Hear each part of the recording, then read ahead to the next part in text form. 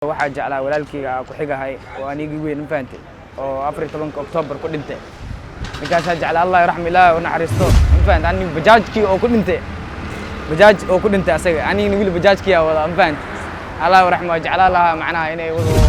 wallahi waxa ku xasuustay ninkaas wuxuu ahaa wanaaga macnaha sidoo ii jeclaan jiray faant soo dhawaay walaal magacayga Nuux Aweys Xaaji waxa deganaa degmada Waaberi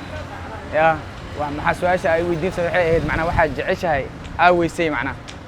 wallahi jecel hada Allah wax badan jeclahay ma fahanti laakiin hada wax yar waa ku soo kooba dhaho niyo waxa jeclaa walaalkayga ku xigahay oo anigii weyn ma fahanti oo 14 Oktoobar ku dhintay ninkaas jeclaa Allah yarxam ilaahay oo naxariisto ma fahanti ani bajaajkii oo ku dhintay asaga ani wiil bajaajkii wada ma fahanti Allah yarxam jeclaa laha macnaha inay wado magaalkiina oo okay noo noqdo oo iska baashaan ma fahanti marka Allah raaxiso walaalkayga jeclaa saaxiibkiisa su'aashada deesaseed may mootada mooto kale ku dhintay mootiisa wala burburtay taas ana hadda moota wada ma fahanti waa isku xigna ani saas isku xig jecel hada Allah ninkaas jeclaa Allah yarxam ilaahay naxariisto wallahi waxa ku xasuustay ninkaas wuxuu ahaa wanaaga macnaha sidoo ii jeclaan jiray ma fahanti sidoo anigii jeclaan jiray sidoo ii ilaalin jiray sidoo darteeda wax walba uu sameyn jiray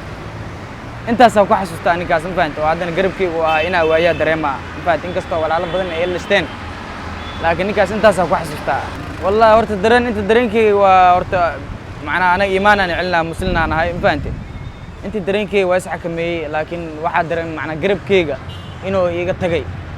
ma fahanti garab inaa waaya dareemay laakiin dib malaha waxa rajeynaa wiliba magaalkeena inuu macnaha magaal fiican noo noqdo niyo inta dhimatay Ilaahay u naxariisto ma fahanti meeshaas oo lagu gooy dad badan ku dhinteen oo yaa ku dhimatay aabayaal ku dhinteen walaalaha ku dhinteen marka intaas Ilaahay Allah raxmaada deena فهمت أنا نكاسة ماشي قاعد أنت أجعله ساعه إلا ونحرست سجنه